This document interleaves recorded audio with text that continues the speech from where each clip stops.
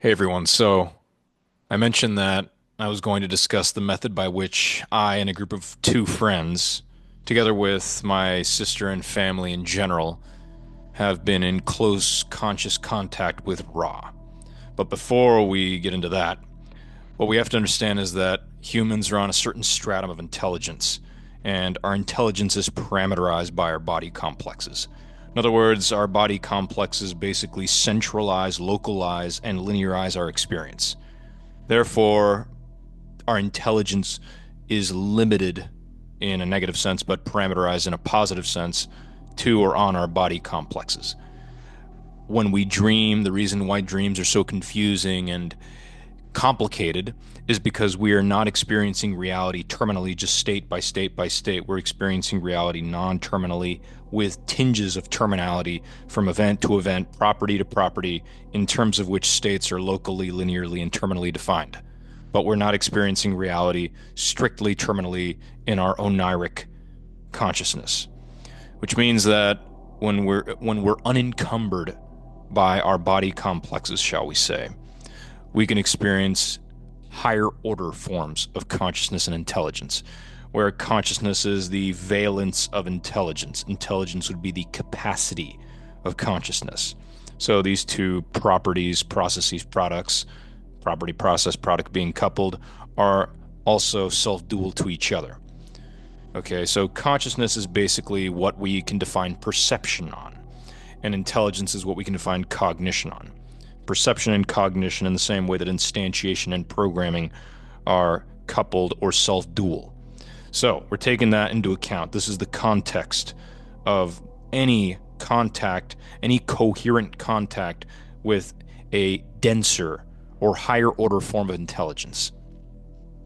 Where in see, we come into contact with lower order or finer forms of intelligence that we usually limit to organisms, but any single coherent object which we recognize as a body complex has a consciousness and intelligence associated with it. We have a metaphysical kind of panpsychism that we're not going to get into right now. But for some reason, we have a difficulty, or at least some of us have a difficulty extending finer to denser consciousness. We think, well, we have evidence that humans exist and humans are relatively intelligent, but beyond that, we don't know what's happening on the trillions upon quadrillions, etc., of planets out there. We don't know what's happening in the vast reaches of intergalactic and interstellar space. So therefore, we can postulate that higher intelligences exist, but we don't have any real evidence or proof. First of all, we do have evidence, okay? There are a lot of contactees that, you know, have, well, there's a lot of charlatans and scammers out there, but there are genuine contactees, as well as anybody who dreams. If you dream and you experience event to event transitions that you're not locally controlling, you are coming into contact with an event wise consciousness. You're coming into contact with a consciousness which doesn't experience or doesn't reason on purely states, meaning is not stuck in linear causation, is not stuck in mechanical or randomized motion or dynamics, and therefore is able to discern non-local, non-linear, non-terminal mechanics and dynamics, which we call self-dual structure. That's non-terminal mechanics, and teleodynamics would be non-terminal dynamics. Now, Ra is one such higher order intelligence that, according to them, originated on Venus, and whose origin, well, I won't call it original because actually that would stretch beyond the previous contact, but the previous contact they made with Don, Carla, and Jim has been recorded and extensively studied by many. And this is a very, very positive occurrence. It's also been subjected to, well, we could say that it's been subjected to rigorous analysis as to the conditions of contact. Carla Ruckert was unconscious and became entranced in order for Ra to, and when we say Ra, we're discussing a social memory complex, a generalization of local body complex parameterized intelligence in which many, many intelligences are united through higher order forms of entanglement, where we generalize quantum mechanical or correlational entanglement to informational, actual informational forms of entanglement, beyond chemical entanglement and biological entanglement, but we're talking about social forms of entanglement, which permit all kinds of paranormal abilities, what we call paranormal abilities. But Ra was able to speak, shall we say, or perhaps more accurately, physiologically manipulate Carla Rucker's, or Ruckert, I actually don't know how it's pronounced, sensory motor system to unencumbered by her conscious mind complex. We call this the inaugural contact, because we don't have Ra's in this contact. Ra talks about previous contacts with the ancient Egyptians and so forth, more direct contact, which, as according to them, resulted in a grievous kind of naivety that has to be amended and generally refined, and which is one of the reasons why their social memory complex is involved in our planetary harvest, which is the transition, a planetary transition beyond what, or through what many more scientifically minded people call the Great Filter. But in our case, because we already have the previous raw material to parameterize our intelligence, we do not necessarily need to risk the safety of our mind complexes and the longevity of our contact in order to unconsciously channel Ra, where channeling would be an interdensity translation from general telepathy, whereby general percepts are used to communicate, to local verbal telepathy or notational telepathy, as we discussed in the previous contextualizing video. Now, again, I don't want to get technical in these contextualizing videos, so we're just going to plant these as Easter eggs.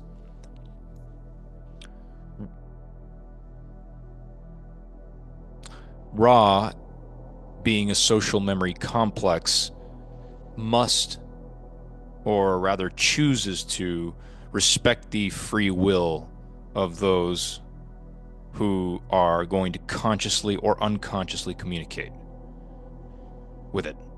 And this would apply to oniric consciousness, which I just called unconsciousness, but it's it's non-terminal consciousness, a certain type of non-terminal consciousness, because there are non-terminal types of consciousness which actually have denser body complexes, which is actually what a denser intelligence requires. Finer intelligences are, substrated by atomic and molecular and other localistic complexes.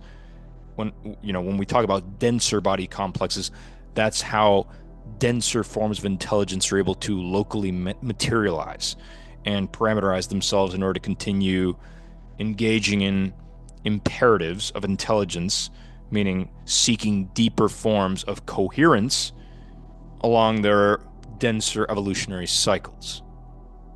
Okay, we're throwing a lot at you, but I'm trying to contain the technicality.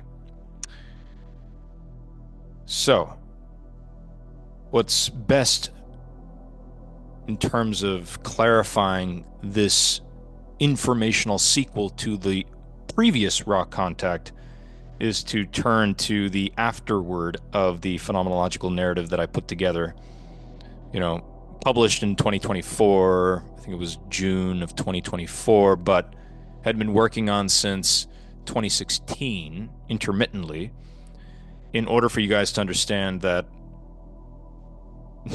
I did not do this alone. So, let me share my screen here. Afterword. So I will just simply read. Respawn was first drafted in a series of handwritten notebooks in the summers of 2009 to 2018. My two oldest, closest, and nature-loving friends, who are fictionalized in Respawn, would regularly join me for afternoon runs, night hikes, beach outings, and other fun excursions. Should mention that we went to high school together. That's when we met in 2008 is when we met.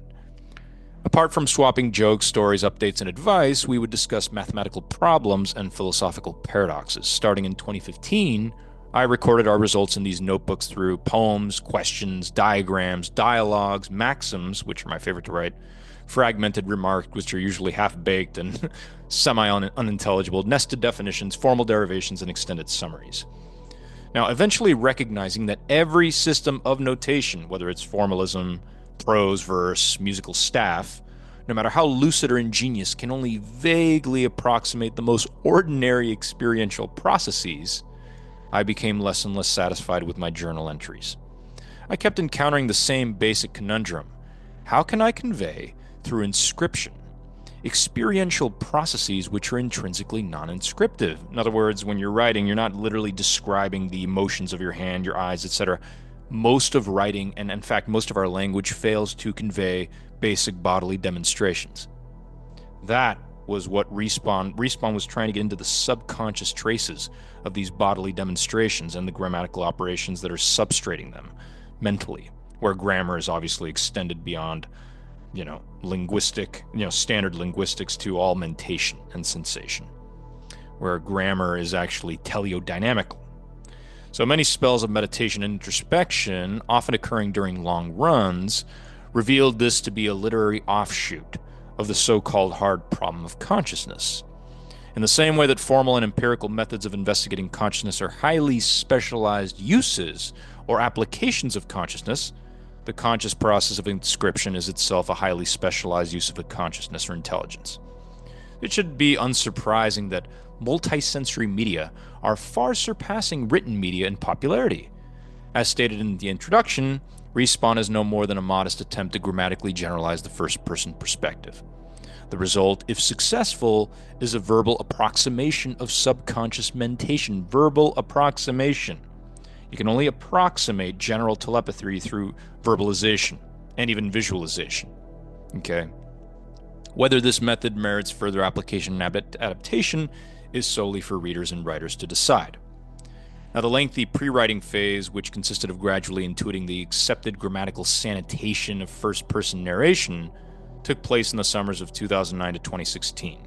Refinement took place between 2016 and 2018.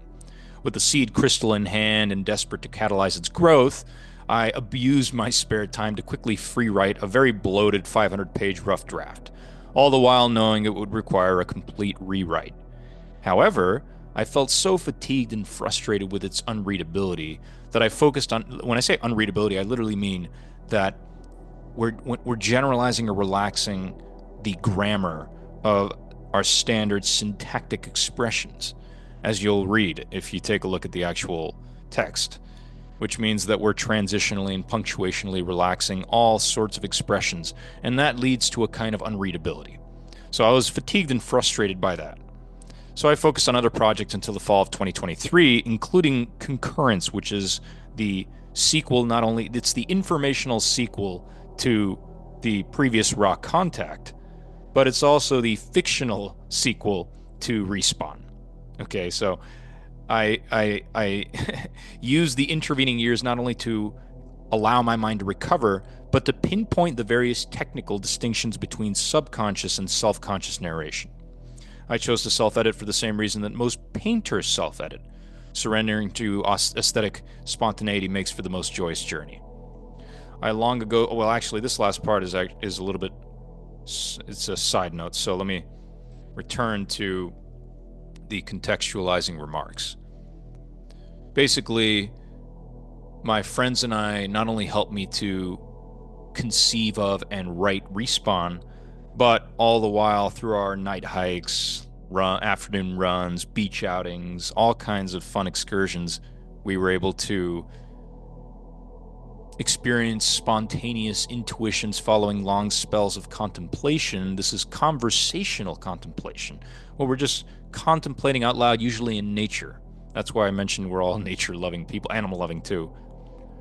We would go into the deep trails this is the sequence. We would go to work and then we'd come home. We all lived near each other, and we would, we have trails near our houses. After the afternoon run that we would, go on, we walk into we would go off trail. And these are coastal desert trails. That's actually a common phrase that's used in Respawn because that, describes the actual, environment that we were in. And so Respawn is actually semi-fictionalized, right, to that extent. It's actually drawing on a real location.